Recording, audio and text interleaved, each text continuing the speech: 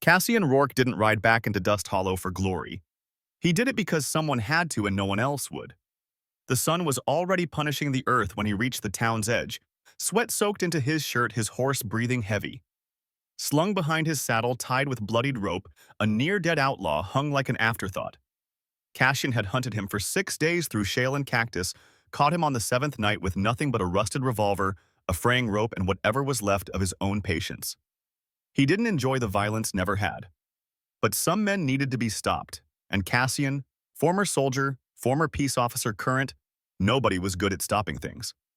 When he arrived at the town hall, Councilman Gerald Haskell was already waiting with 2 unfamiliar men in clean boots and even cleaner hands. The kind of men who never had to bury a friend or shoot a rabid coyote in the middle of winter. The kind of men who wore hats for show, not for sun. "You got him," Haskell said, smiling too widely. "Didn't think you'd make it back with all 10 fingers." Cassian didn't smile, didn't answer. He just threw the outlaw's manacles key to the ground. "He's breathing," Cassian muttered. "That was the deal." "Indeed it was," Haskell replied, voice syrupy. Then came the part Cassian hadn't expected. "But we think you've earned more than silver."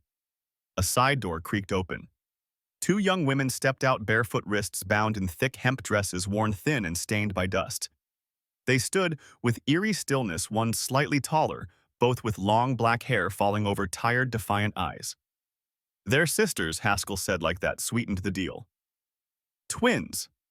Picked up from a raiders' caravan crossing the border. No tribe claimed them. No kin came forward. We figured, well, maybe your cabin's been too quiet." Cassian's breath froze in his chest. It wasn't just disgust, it was fury. The kind that creeps up the back of your throat and tastes like bile. He didn't move at first. He didn't need to. Every man present felt something shift when his hand moved toward the knife on his belt. No one dared speak. With measured calm, Cassian stepped forward and cut the ropes binding their wrists. He didn't look them in the eye. Not because he was ashamed, but because he refused to see them as something handed over. He handed the blade back to Haskell. "No thanks." No explanation. He turned, walked off, and mounted up without another word. "Rourke, wait a minute now." Cassian didn't wait. He rode away from Dust Hollow with nothing but dust trailing behind, and 2 pairs of quiet footsteps that didn't follow, not yet. He thought they might run the other direction. Wouldn't blame them, but they didn't. That night, long after he returned to his weathered cabin, after he unsaddled his horse and patched the wound on his forearm, he looked out and saw them, standing near the fence line, not speaking, not asking, just there. The first plate of food was left on the porch without a word. By dawn, it was empty. The second morning, they hadn't left. The third, they began helping without permission. Cassian didn't say stop. Because somewhere deep beneath all the years of silence, something inside him had recognized what survival looks like when it refuses to beg. He didn't ask why they followed. He didn't ask what had been done to them. He already knew, and maybe that's why he didn't turn them away.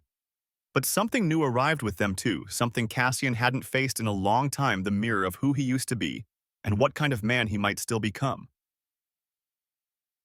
As for Dust Hollow, rumors started before the dust even settled behind him. Some said he'd claimed them. Others whispered darker things. And Cassian knew he knew those whispers would one day become something more dangerous. But for now, the only voices that mattered were silent. And they were sitting in the barn, wrapping themselves in saddle blankets beneath a roof that leaked but didn't collapse. He wasn't their rescuer. They weren't his burden. But maybe, just maybe, they were the beginning of something worth standing for. Yes. If this part of the story moved you, let us know in the comments. Type 1 if you believe no one should ever be treated like property.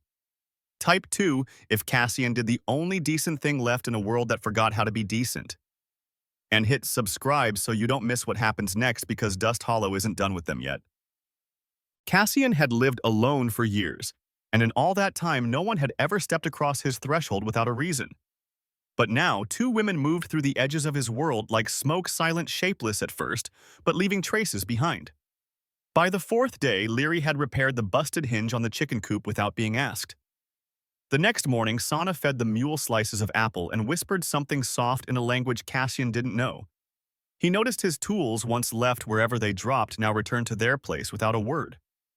His mornings had become quieter, not emptier, but calmer, measured, and still no one spoke about why they stayed. Cassian didn't push. He wasn't used to people choosing to be near him, let alone staying. But part of him, something brittle and old, was starting to accept their presence the way dry land accepts the first drops of rain. Until one night changed everything. The storm rolled in fast lightning first, then the snap of wind through the dry pines. Cassian stepped out to check the stable boots thick with mud when he saw movement near the barn. Leary was standing just outside the door, hair, soaked arms, bracing herself against the cold. "Sana's burning up," she said, voice flat but tight. "She can't stand." Cassian didn't hesitate. Inside the barn, Sana lay curled on a pile of old blankets. Her skin, pale eyes unfocused. Her breaths were shallow and rapid, each one like a knife in the dark. Fever, high, dangerous. He worked quickly, boiling water, mixing willow tincture, pressing rags to her skin. Leary didn't leave her side, didn't say a word. Just watched. The kind of watching only someone who's lost too many people too fast learns to do. For hours, Cassian stayed barely blinking. Something about that barn, the sweat on Sana's skin, the flicker of fear in Leary's eyes, it dragged old memories back uninvited. He remembered field hospitals during the war where bodies stacked like firewood and names were forgotten faster than they were spoken. And now here again, another young woman burning alive while the world outside pretended not to care. He muttered under his breath, furious not at Sana, not at the fever, but at the men in Dust Hollow who handed over human beings like saddlebags. They knew she was sick, he growled. They knew. Leary looked up, her eyes sharp in the lamplight. They didn't care, she said. They never do. The words hit him like a blow. Not because they were cruel, but because they were true. By morning, the fever had broken. Sana lay still but breathing evenly. Leary finally slept head resting against the stable wall. Cassian sat alone on the porch again, Boots' muddy hands trembling. He didn't feel heroic. He felt haunted. And something inside him began to harden, not against the women, but against the world that made them carry this kind of silence. He had planned to stay quiet, invisible. But now, for the first time in years, he wanted someone to answer for it. Cassian Rourke didn't sleep the next 2 nights. Not really. Even after Sana's fever broke, he still rose at every sound. The cabin creaked. The wind shifted. A pine cone hit the roof. Each noise lit a fuse inside his chest. He told himself it was just caution. But the truth was, he couldn't stop thinking about how close it had come. A few more hours, a little less care, Sana wouldn't have survived. And no one in Dust Hollow would have blinked. On the 3rd morning, Cassian found a mended shirt folded neatly on the porch railing. It was one of his work shirts torn along the sleeve since Fall left in the barn without thought. Leary had stitched it clean tight better than he ever could. There was no note. No thanks expected. Just something done because it needed to be. He stared at the stitching for a long time. By midday, Sana was sitting up on a hay bale sipping broth slowly from a tin mug. Her eyes were clearer now, though rimmed with exhaustion. Her voice hadn't returned yet, not fully, but she didn't need to speak.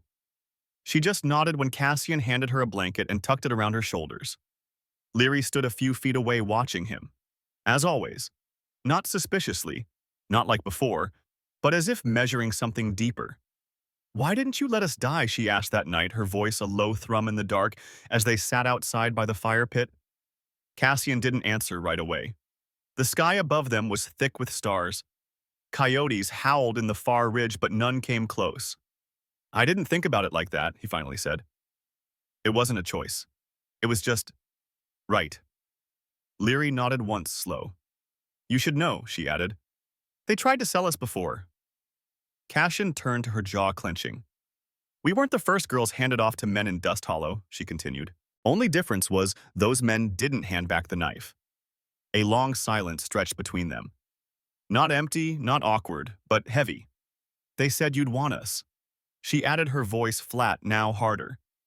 "That even if you didn't touch us, you'd use us. For cleaning, for cooking, for company." That's what Haskell called it, company. Cassian's mouth dried. His hands curled into fists without meaning to. "I didn't come here to build anything," he muttered. "I came to disappear. After what I did, what I saw in the war after the marshal's office fell apart, I didn't think there was anything left of me worth building around." Then maybe, Leary said, looking at him square, we found each other at the right kind of broken. He didn't reply. He couldn't. The next morning, Leary and Sana came to the porch just before sunrise. Their hair was clean tied back.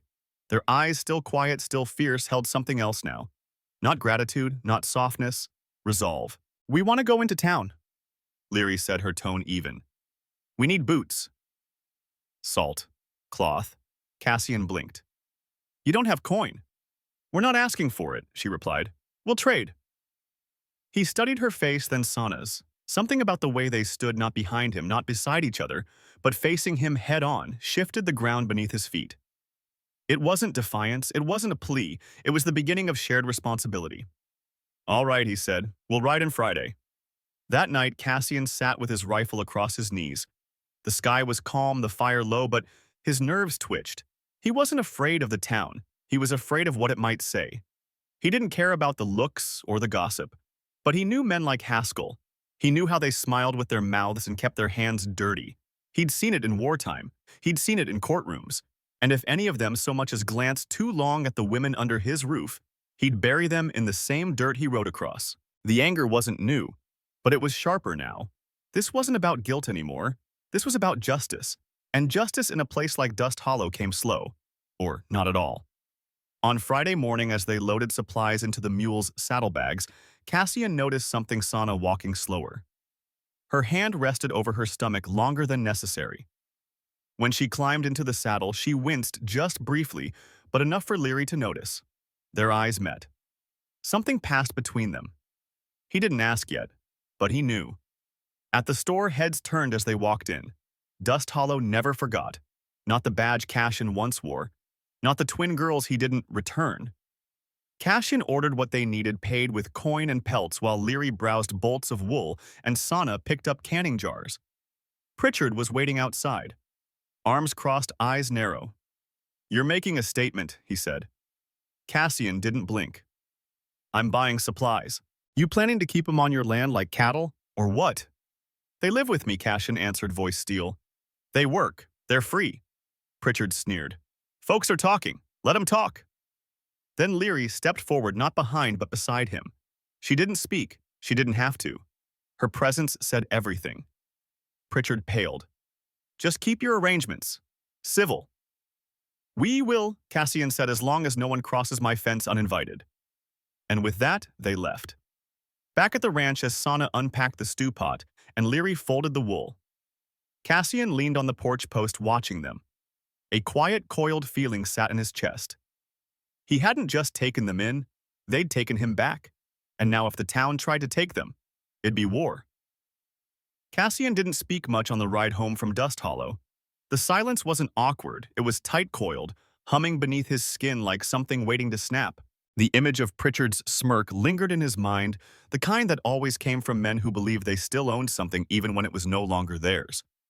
When they reached the edge of his land, Cassian finally exhaled.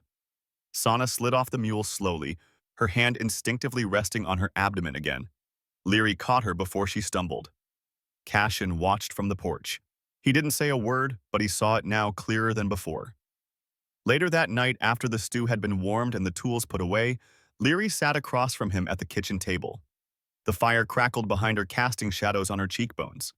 Her braid had loosened, and her voice, when it came, was steady but stripped bare. Sana's pregnant. Cassian didn't move. Didn't flinch, just sat still with the weight of the words sliding down his spine. She didn't want to say anything in town. Neither did I. We weren't sure how you'd take it. He nodded once. It's not mine. We know.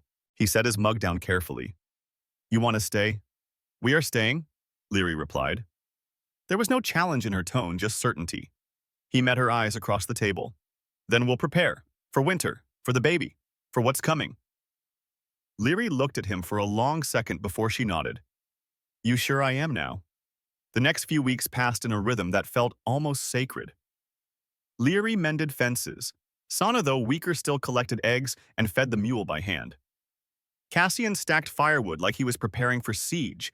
He sealed every window, repaired the hinges on the barn doors, buried fresh barrels of grain beneath the floorboards.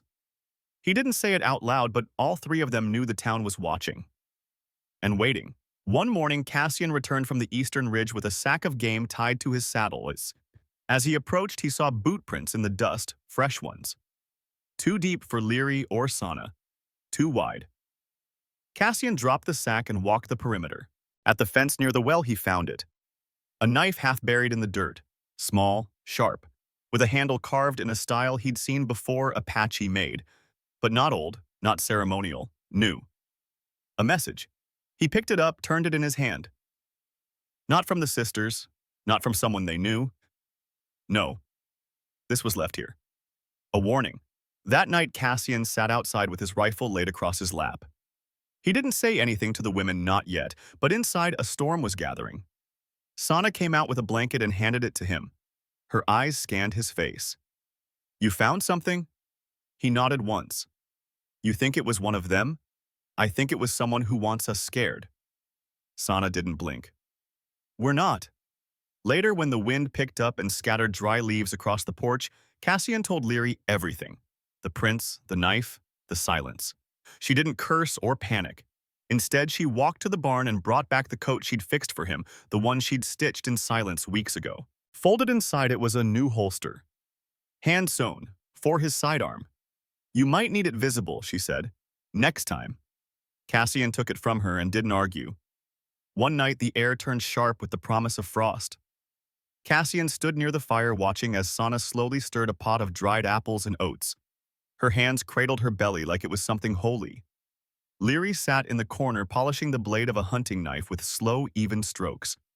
When Cassian finally spoke, his voice carried something new resolve. If anyone crosses that fence again, they're not walking back. Leary glanced up. You're not talking about thieves. No, you're talking about Dust Hollow. I'm talking about whatever's left of the men who still think you can be bought. Leary stood and walked to him. What are we, Cassian? He paused. You're not prisoners. You're not debts. You're not guests. You're here because you chose to be. Same as me. And if they come again, they'll find out exactly what that choice means. For the first time since the sisters had arrived, Leary stepped forward not to speak, not to measure, but to stand with him. Shoulder to shoulder, equal footing. They weren't hiding anymore. They were defending. And if Dust Hollow wanted to test what kind of man Cassian Rourke really was, they were about to find out. The first snowfall came early, thin pale, clinging to the ground like a secret trying not to be seen. It didn't stick long, but it was enough to shift the air. Everything felt tighter, quieter, as if the land was bracing for something not yet spoken aloud. Cassian was up before dawn, sharpening the axe in slow, controlled strokes outside the barn. Behind him, the smoke from the stove curled into the gray sky.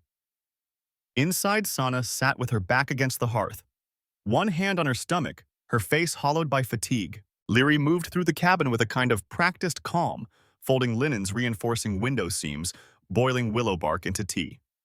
She'd stopped waiting for permission weeks ago. Cassian hadn't told them yet what he'd found the day before, two men on horseback, watching from the distant tree line near the western bluff. He hadn't confronted them, not yet, but they weren't lost. He'd seen one of them before. A rancher turned deputy, one of Haskell's lapdogs.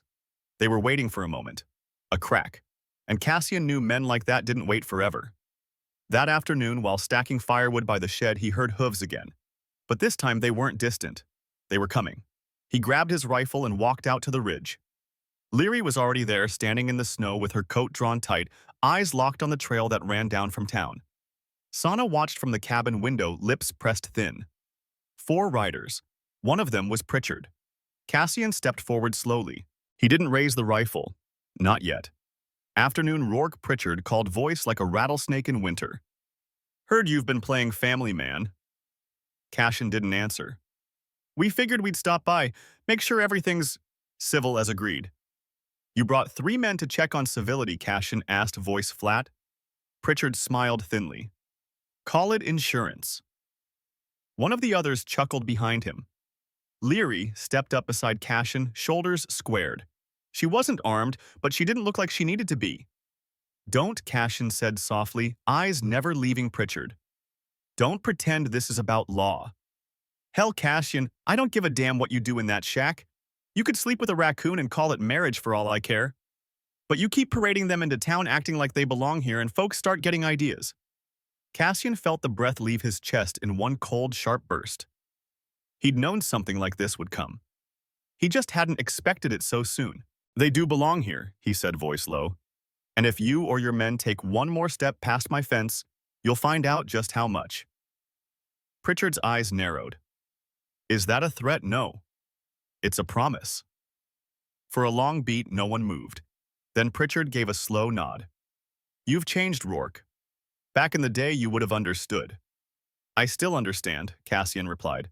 "That's why I'm not backing down." The men turned without another word, horses kicking up snow and dirt as they rode off. But something in the air had shifted permanently.